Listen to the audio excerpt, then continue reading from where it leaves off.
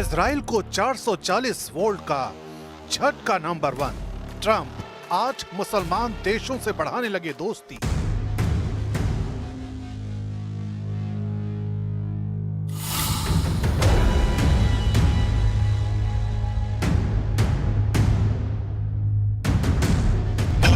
Israel को 440 volt का झटका नंबर 2।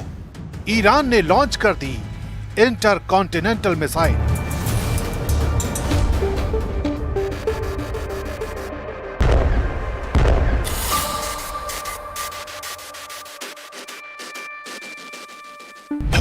इजराइल को 440 वोल्ट का झटका नंबर 3। तुर्की का ऐलान, धरती से मिटा देंगे यहूदी देश।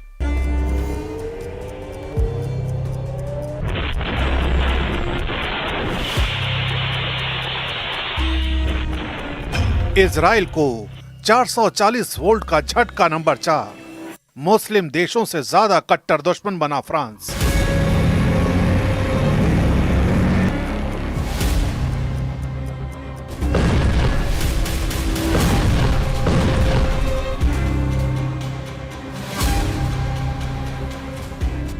इजराइल को 440 वोल्ट का झटका नंबर 5। 60 देशों से नेतन्याहू का युद्ध फाइनल।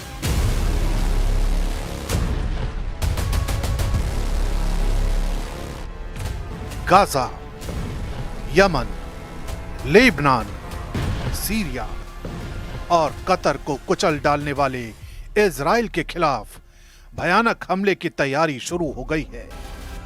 इजराइल पर एक साथ कई दुश्मन सेनाएं हमले की तैयारी में हैं। इजराइल पर हमला पारंपरिक हथियारों के साथ महाविनाशकारी हथियार से भी हो सकता है।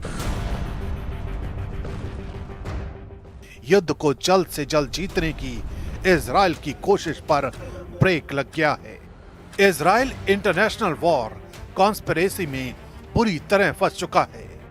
प्रेसिडेंट ट्रंप के रुख ने नेतन्याहू की धड़कनें बढ़ा दी हैं। ट्रंप मुस्लिम देशों से मीटिंग कर रहे हैं। ट्रंप नेतन्याहू को कड़वी दवा की घुट्टी पिला रहे हैं।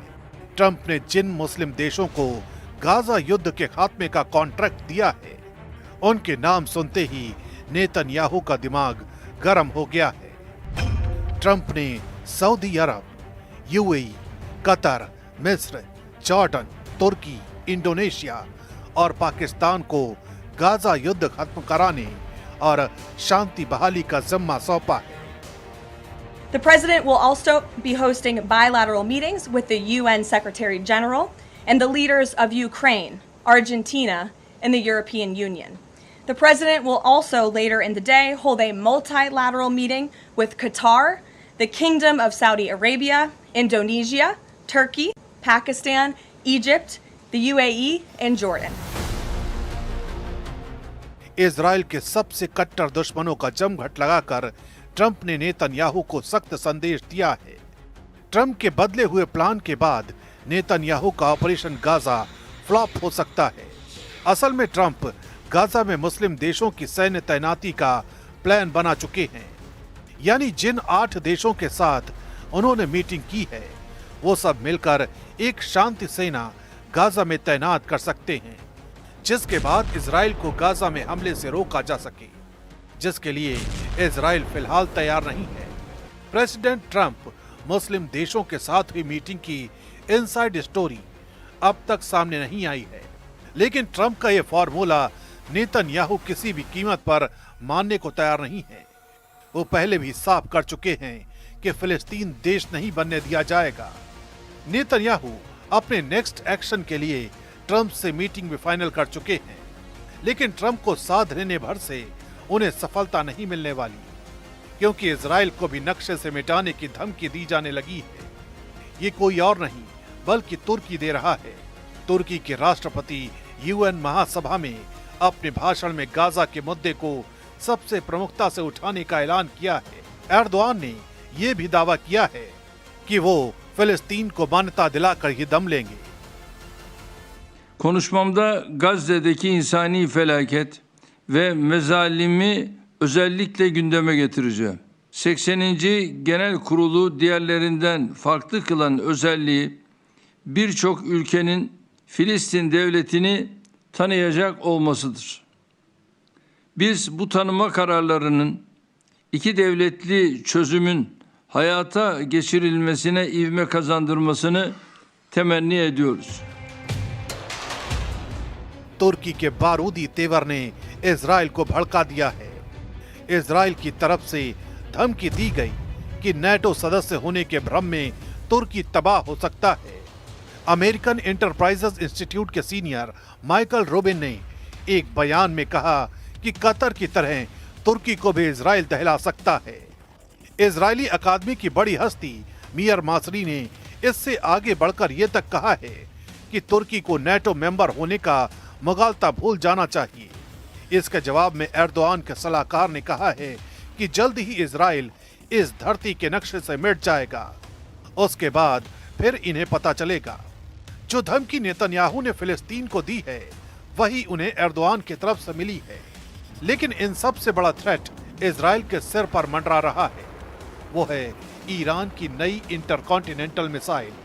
ईरान ने अपनी विध्वंसक मिसाइल का धमाका कर दिया है। अभी ईरान की मिसाइल का ट्रेलर देखिए, आगे डिटेल भी जानेंगे। सितंबर को ईरान की सबसे विनाशकारी मिसाइल की झलक दिखी। तब मिसाइल को लेकर कई तरह के दावे किए गए, मगर पूरा सच ईरान ने अब बताया है। ईरान की इजराइल किलर मिसाइल का पूरा ब्यौरा फ्रांस से मिले नेतन्याहू को चैलेंज के बाद देखते हैं। फ्रांस ने इजराइल को कई फ्रंट के वॉर ट्रैप में फंसाया है। खुद न्यूयॉर्क के ट्रैफिक में फंसने वाले मैक्रो ने नेतन्याहू के खिलाफ जबरदस्त लामबंदी कर दी है। ब्रिटेन, कनाडा, ऑस्ट्रेलिया और पुर्तगाल के साथ फ्रांस ने फिलिस्तीन को मान्यता दी थी। Le temps est venu. Time has come. This is why, loyal to my country's historic commitment to the Middle East, for peace among Israeli people and Palestinian people, I declare that France recognizes today the state of Palestine. Macro के फैसले का Israel ने जबरदस्त विरोध किया है। France में Israel के राजदूत जोशुआ एल जारका ने मैक्रो को मिडिल ईस्ट युद्ध का रियल विलन बता डाला है। The announcement of last night, I think when it comes to the history of diplomacy in the Middle East, is one of the biggest waste of a significant tool that could have helped promoting peace, and instead of that is creating unrest.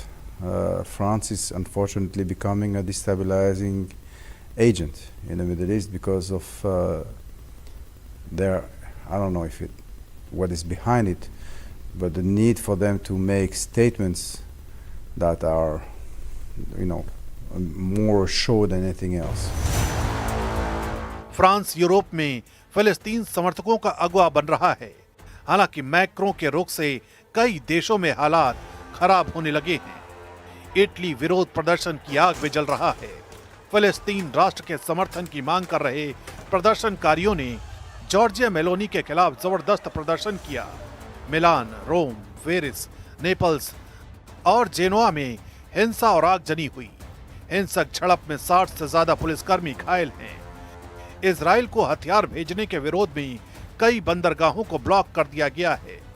Venice में police को प्रदर्शनकारियों को हटाने के लिए water cannon का सहारा लेना पड़ा। जेनोआ, लिवोर्नो और ट्रिएस्ट के बंदरगाहों पर भी विरोध प्रदर्शन हुए हैं। हवा इजराइल के खिलाफ बनाई जा रही है। जिससे युद्ध का मैदान हो या फिर कूटनीति का अखाड़ा, इजराइल घिरता जा रहा है।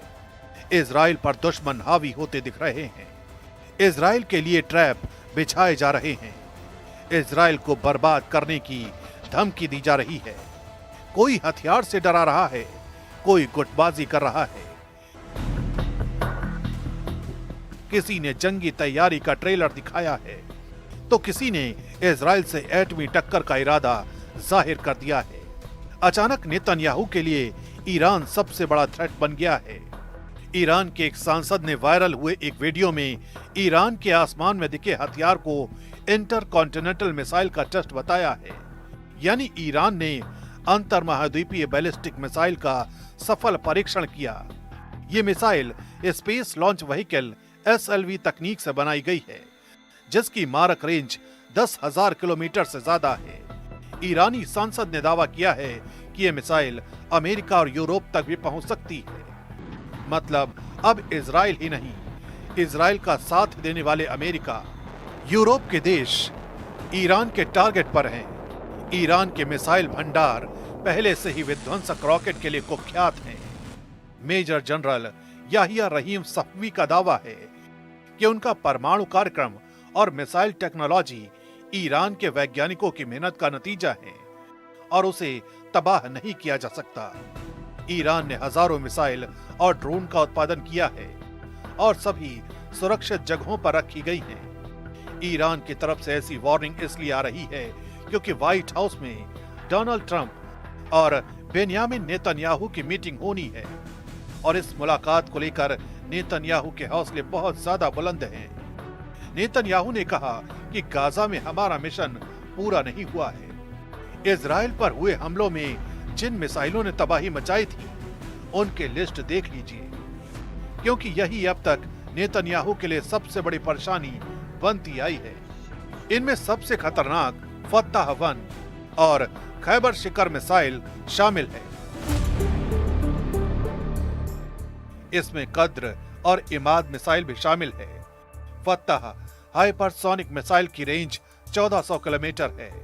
खैबर शिकर मिसाइल की रेंज 1450 किलोमीटर है। कद्र मिसाइल की रेंज 2000 किलोमीटर तक है और इमाद की रेंज 1700 किलोमीटर है। सऊदी अरब से दोस्ती के बाद ईरान के सामने अब सिर्फ दो ही बड़े चैलेंज हैं। ये हैं इजराइल और अमेरिका, और इसमें कोई शक नहीं कि ईरान के हथियारों की रेंज में अमेरिका के अड्डे भी हैं और पूरा इजराइल भी है। ईरान लगातार दावा करता रहा है कि वो इजराइल को मिट्टी में मिला सकता है। इससे आप ईरान के तेवर समझ सकते हैं। ये ईरान की नई मिसाइल खुर्रम शहर 4 है, जो टेक्नोलॉजी के मामले में ईरान की बहुत ही खतरनाक मिसाइल मानी जाती है। खुर्रम शहर 4 मिसाइल की रेंज 2000 किलोमीटर है। ये 1500 किलो तक का वॉरहेड ले जा सकती है। खुर्रम शहर 4 इतनी सटीक है कि ये मिसाइल अपने टारगेट के 30 मीटर के दायरे में गिरती है।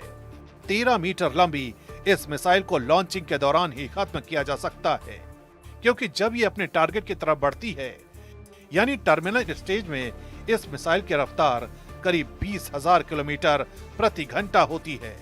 इजराइल के किसी भी मिसाइल डिफेंस के लिए इसे रोकना आसान नहीं होगा। इजराइल के सभी दुश्मन फन उठा रहे हैं, सब के सब युद्ध के लिए ललकार रहे हैं। तो क्या इजराइल चुपचाप हार स्वीकार कर लेगा? क्या नेतन्याहू के पास अब कोई रास्ता नहीं है? कहना मुश्किल है। इजराइल जब संकट में घिरता है तो दोगुनी ताकत से हमले शुरू करता है। दुश्मनों से 100 कदम आगे रहने वाला इजराइल शायद अब सबसे ताकतवर दुश्मन कहे जाने वाले खलीफा को बारूदी धमाके से दहला सकता है।